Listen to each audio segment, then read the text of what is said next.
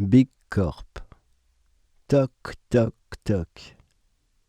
Barnabé cogne pour la 3e fois à la porte du bureau du super boss des boss.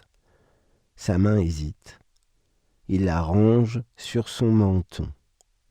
Un balai d'employés défile vers la machine à café, les salles de réunion, de projection. 2 jeunes scénaristes répètent leur synopsis d'un ton assuré ou faussement timide, créant ainsi un suspense. Barnabé s'assoit devant la porte. « Monsieur le boss des boss, je suis venu vous implorer de me reprendre. » Pleurniche en pensée Barnabé, sans bouger de l'endroit où il se trouve. Il prie comme si sa vie en dépendait. Il ne peut pas imaginer une minute de perdre sa raison de vivre. On le retrouve dans un petit studio de 40 mètres carrés. Barnabé a l'oreille collée contre le mur donnant sur la rue. Il éclaire son cerveau avec les dimensions du dernier téléviseur qu'il vient d'acheter. « Monsieur, alors ?» Et c'est l'agent immobilier au moment où sa sonnerie donne le top de départ. Barnabé ne l'entend pas, parce qu'il est maintenant assis à l'endroit précis où se trouvera son tout nouveau canapé. « Je ne veux rien d'ancien, que du neuf !» déblatère-t-il, alors qu'Anna Petrovna ne comprend rien à ce qu'il dit. Il la regarde enfin, comme s'il la remarquait tout juste, et qu'elle n'avait aucune utilité dans son décor, et que surtout, il ne saurait pas où la ranger. Il la raccompagne. « Vous voyez bien que ça ne rentre pas !» hurle Barnabé. Il se trouve en compagnie du livreur et se perd dans ses calculs visuels. La télé, le mur, la télé dépasse d'au moins 40 cm. Le livreur est tout à fait d'accord avec son client. En effet, la télévision qu'il vient de monter au dernier étage de l'immeuble n'entre pas dans l'emplacement que son client lui indique. Gérard Lansky jette un coup d'œil sur la vue. Sa poitrine se soulève un peu avant qu'il ne propose à Barnabé un nouveau rendez-vous. Il sourit en attendant la réponse du mec en face de lui. « Je ne paierai rien de plus !» Barnabé explose. « C'est de la faute de votre établissement. Vous ne m'avez pas posé les bonnes questions. »« Quoi ? Demain ? Et mes séries, je vais les regarder comment ?» Barnabé menace du doigt Gérald, qui fait 1,90 m et qui a été boxeur poids lourd.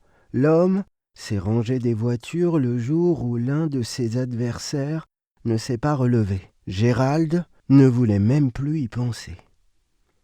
En un éclair, ce souvenir traversa Barnabé, qui avait un peu trop croisé le regard de Gérald. « Je vous demande juste de trouver une solution, dit-il. Je dois regarder mes séries. Ce n'est pas possible. Vous ne pouvez pas me laisser comme ça. Qu'est-ce que je vais faire, moi ?» Le livreur sourit. Il a bien en tête une solution. La nuit est tombée.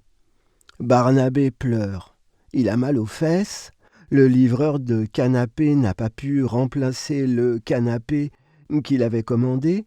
Il était 40 cm trop grand pour l'appartement. Gérald, chose promise, chose due, lui a procuré une minuscule télévision, un modèle périmé qui traînait dans son camion. Barnabé ne peut pas s'empêcher de comparer l'écran géant qui avait été retourné au magasin et le minuscule écran où il a du mal à tout discerner. Le son est affreux. L'ancien boxeur est sorti de l'appartement en retenant son souffle. Mais quand il est arrivé dans le couloir, il s'est mis à rire. Ça lui a donné envie de danser. Il a mis la musique à fond et a souri jusqu'à sa dernière livraison. Barnabé n'avait pas bien coordonné l'arrivée de ses affaires. Il passa la nuit à même le sol. À son réveil, il n'avait rien à se mettre pour sa réunion Zoom avec la nouvelle équipe de Regarde la télé et banque. C'est mal rasé et avec une chemise chiffonnée qu'il assista à la réunion. Il reçut un message de l'équipe à minuit pile. Il était viré et son accès à la télévision s'arrêta net. Il venait d'être banni de toutes les sociétés de streaming. À chaque fois qu'il pianotait ses identifiants, il tombait sur un effroyable écran blanc muet.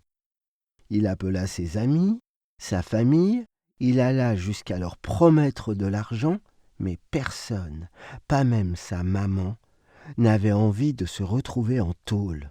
Parce que si la caméra détectait son visage, elle déclencherait automatiquement l'alerte. Cela équivaudrait au vol de la propriété intellectuelle de Big Corp. C'est un aller simple pour la prison.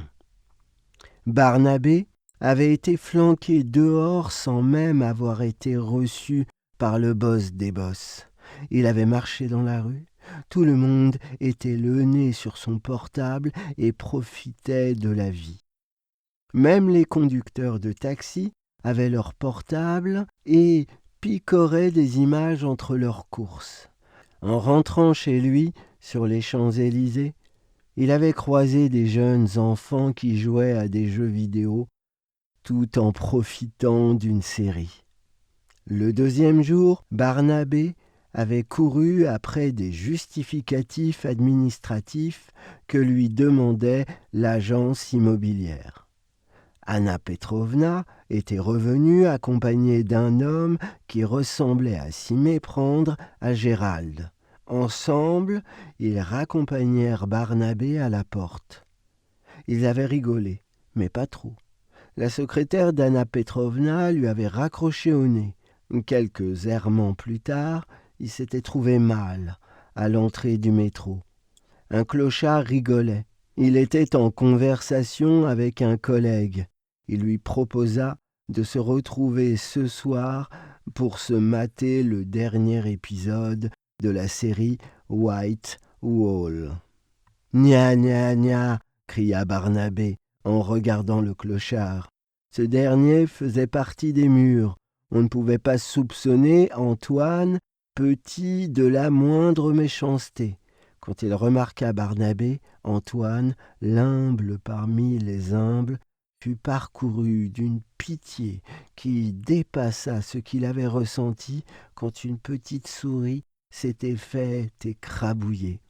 Antoine serra les dents et se mit la main droite sur le visage. « Désolé », raccrocha Anna Petrovna.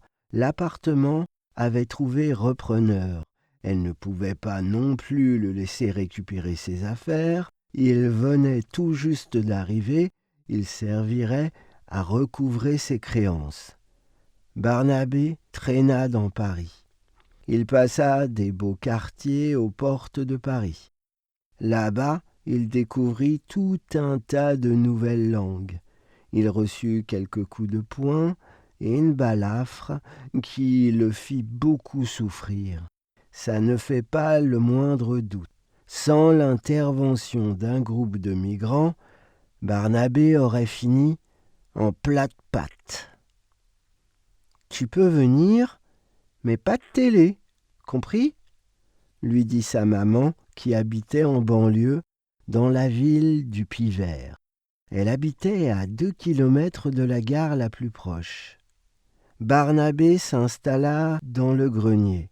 Sa chambre d'enfant avait été transformée en bureau et salle de sport. Il mangeait seul quand sa maman devait suivre une émission ou une de ses séries préférées. Elle lui faisait un bisou et fermait la porte qui menait au grenier. Il pleura beaucoup. Il se sentait complètement inutile. Toute sa vie, Il avait été employé par des grandes compagnies pour regarder des films, des émissions, des... « Ah non !» hurla-t-il. Sa mère leva les yeux au ciel. Elle se doutait que ça n'allait pas. Sa série allait commencer. Elle décida de ne pas interrompre le cours des choses. Barnabé venait de cabosser l'écran de son téléphone portable. Il descendit l'escalier en trombe, sortit de la maison. Il croisa bien des gens qu'il connaissait, mais il ne s'attarda pas sur eux. Il avait le sang qui chauffait, les chevilles qui flageolaient, les tempes qui dansaient, les cheveux qui crépitaient. Plus il marchait, plus il recollait avec le paysage de son enfance. Le lac, la forêt, le lac, le stade. Et plus une présence se dessinait dans sa mémoire. Il brandit son téléphone portable et le lança dans le lac. Il regarda le téléphone couler en une fraction de seconde. Il se mit à rire. C'était le même geste qu'il avait fait des milliers de fois avec Pilou, son chien. Brandir un bout de bois et balancer son bras en direction du lac. À ces occasions, l'animal faisait semblant de croire que Barnabé avait vraiment jeté quelque chose. Pilou aboyait et s'élançait au bord de l'eau. Il jappait à tue-tête. « Pilou, tu me manques !» se baissa Barnabé. Il caressa l'ombre de son chien disparu. Ils rentrèrent ensemble, silencieux, remplis par les images du ciel, les odeurs et les sons de la forêt. Le souvenir de Pilou donna un tas d'idées à Barnabé. S'il ne pouvait pas regarder des images, il allait en fabriquer. Et avec son ami auprès de lui, il était sûr que tout irait pour le mieux. L'avenir et même la gloire l'attendaient. Wap !